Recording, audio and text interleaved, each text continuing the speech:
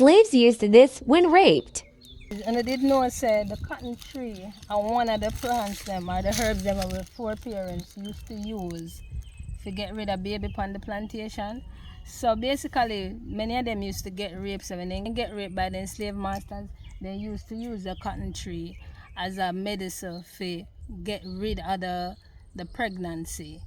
And from long time we ancestors them knowledgeable, them knowledgeable about every single type of plants. They never just know what to bring forth life. They knew what to stop the life. They knew how to nourish life, and they know how to maintain life.